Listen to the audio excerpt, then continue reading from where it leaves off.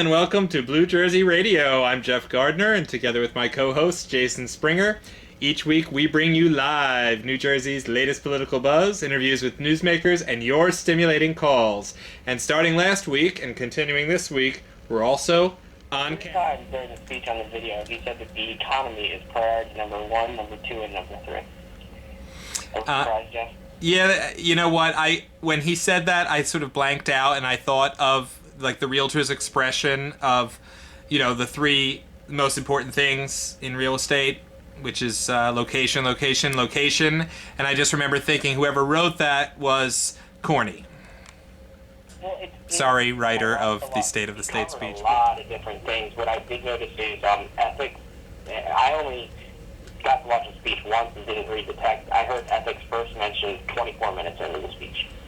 So for people who are all about ethics reform, he did have a talk, and it was kind of funny that if you listen to the crowd reaction, it was definitely less when he talked about banning wheeling and everything like that than it was when he talked about saving S-chip, that we said. Yeah. Well, when it comes to ethics reform, I gotta say that is a disappointment over and over. I mean, it's not about the governor. It's just that no one's really serious about taking the influence of money out of politics, which is, really what we're talking about when you're talking about ethics reform. And so, as long as we kind of pretend like we care about ethics reform, it's not going to change. And it's not. They're just sort of rerouting. It's, if you imagine, did you ever play SimCity? Oh yeah. And you know how sometimes you have to lay down the pipe, to get the water from one place to the other. The ethics reform is just putting roadblocks in the pipes, and you just reroute the pipes, and then the money goes from point A to point B. And what the hell's the difference? What route it takes? If you don't take the money out of the system in the first place, then you're not solving the problem. Corzine did say that he talked about the property tax cap and the 4% cap. Yeah, I remember that one. Well, 80% of the towns violated it last year. Mm-hmm. And what was the punishment? I don't know, but they're going to have to abide by it this year. He said they're going to be strict. Very strict. Very strict. Okay, well, hey, Jason, since the video is running, I just wanted to tell you that this Pepsi is delicious. Mmm. What are you doing over there, Jeff? Our viewers can apparently see, our listeners will be able to become viewers tomorrow or sometime in the future if the lighting's right for you. I will tell you that technically they are our listeners, but my viewers, because you're not here in front of the camera. So let's call them my viewers. Just saw me. A single piece of paper and say it's me. That is true. I don't have it printed out. I actually do it all digitally. Put some black screen across that says Jason's talking now. Yeah. Well, I took a sip of my delicious Diet Pepsi, and I'm going to take another one now. Sponsor, Jeff? That is delicious. Well, I'm not going to let Pepsi dictate what we say on the show, but nevertheless, if they did want to hire us if they wanted to hire us for some paid advertising, it'd be okay. That's all I have to say. Well, that's immigration, right, Jeff? I think that's going to be an issue both in the Republican primary and possibly in the general election as well. But in the Republican primary, I don't know how to slice and dice the various positions for these guys. Assuming that it's just going to be these three candidates, and I don't know, if we should make that assumption. But let's assume it's just these three candidates. How is Rick Merkt and Steve Lonegan, how are they going to divide up their constituencies in terms of appealing to them on this immigration issue, or really a lot of their issues? Like, what exactly are they doing? See, I think... I guess that's why I'm not a consultant for Republican political campaigns, right? What did you tell me, Jeff? What did you tell me about conservatives in New Jersey and campaign?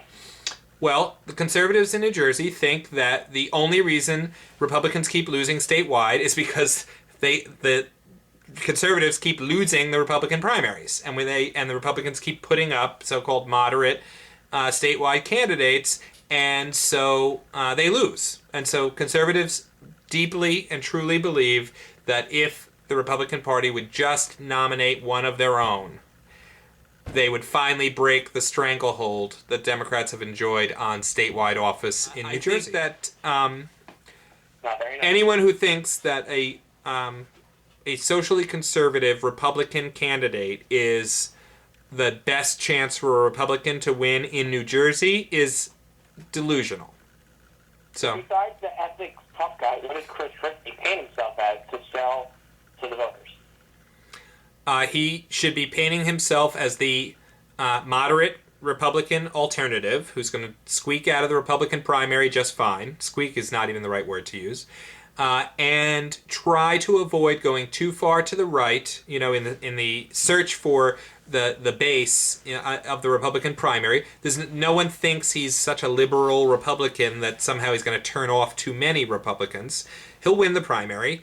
And the important thing is not to go too far to the right because he needs to stay viable in the general. And I actually think that he is going to do that. That's what's going to make this race so tough in November. Because the swing voters that Obama is going to need mostly are timid Democrats. I mean, you do realize we have really run up the score in the Congress. We simply don't need very many Republican votes to do a whole bunch of things. You do be bipartisan. And I give you the air quotes on bipartisan, Jeff. You need a few Republicans to go along with you for the ride. I agree with you that he's going to have most difficulty with the conservative Democrats. Because the moderate Republicans are going to probably go more along with what the moderate Democrats want, and it's the conservative Democrats that he's going to have to sort of make nice to and drag along. Yeah, I think that's right. Speaking of soon-to-be President Obama, there's been 100,000 ticket requests through New Jersey elected officials. Are you one of them, Jeff? No. Oh, No. That was resounding. Are No. you going to watch, Jeff? Are you going to? I am absolutely, positively going to watch the inauguration live. I'm actually off from work that day, which is awesome. And I have not yet decided exactly where I'm going to watch it or with whom, with one of the leading candidates being at home with myself. Because boy does that sound like fun. But a number of other candidates in the mix, so stay tuned and pay attention to BlueJersey.com for the latest update on what time our show is going to air that day, because I'm not sure if I can wait all the way till 8 p.m. to weigh in on the inauguration. But we'll see what we've got going on next week. But we will officially have a new president when we're on the air next. When next you hear from us, we will have a new president. Isn't that stunning? Yeah, we only have about 2 minutes left, and I'd really like to get your opinion on what's going on in Bergen County right now. Holy mackerel. 2 minutes, Jeff. Be fast. Okay. Barlow now? Okay. We have time for that. Well, first tell me, did anything happen in like the last few hours? Because I know that the time is... things happen very quickly. Nothing that I've seen. As far as choosing between Joe Ferriero's hand-picked successor, admitted hand-picked successor, and going a different route, I think the question answers itself. And if the BCDO members actually don't get this vote right, you could hardly blame Loretta Weinberg and others from throwing their hands up and deciding they need to start elsewhere.